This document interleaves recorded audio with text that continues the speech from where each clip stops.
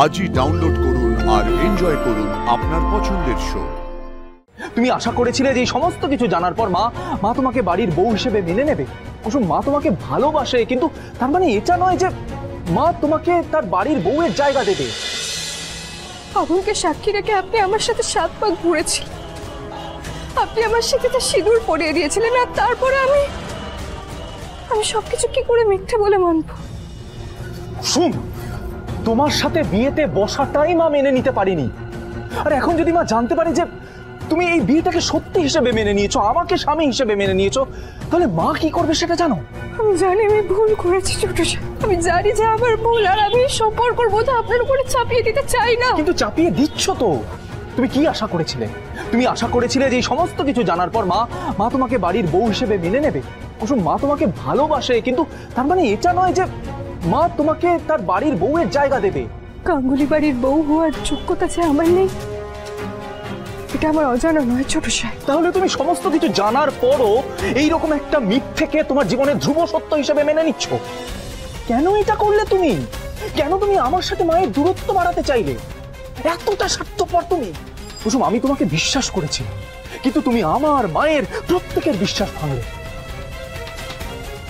তার মানে রাতুল সাহেব আমার সত্যিটা জানার পর বিয়ের আসর ছেড়ে চলে গেছে।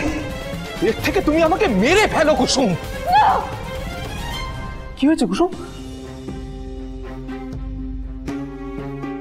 সবটা শুধুই আমার কল্পনা ছিল। কুসুম, তোমার মনে কি চলছে সেটা আমাকে বলো। সেটা আমি আপনাকে বলতে পারবো না ছোট সাহেব, তবে আজ আমি এখানে কিছু করার সিদ্ধান্ত নিয়ে এসেছি। এবার সেটা করাটা ঠিক নাকি ভুল এটাই বুঝতে পারছি না।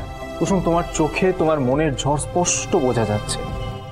আমি জানি না তুমি কি করতে চাইছো, কিন্তু তোমার মন যদি সেটা সায় না দেয়, আমি বলবো তুমি জোর করে সেটা করো না।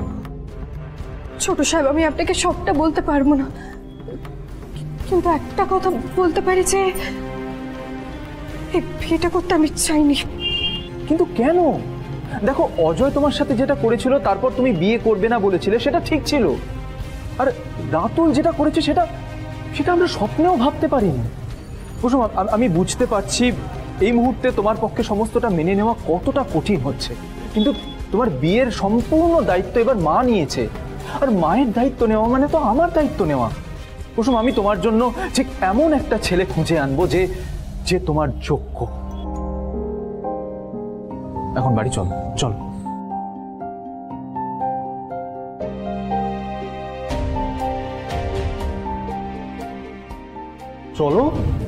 ছোট সাহেব, আমাকে একটু একা ছেড়ে দেবেন।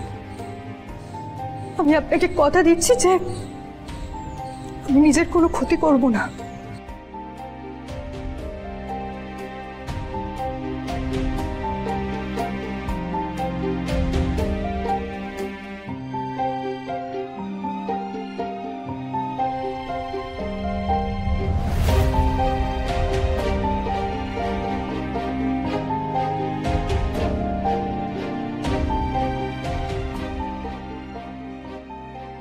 আর কিছুক্ষণের সঙ্গে আপনি আমার ছোট সাহেব, তারপর আপনার আর আমার পথ সারা জীবনের জন্য আলাদা হয়ে যাবে, সারা জীবনের জন্য।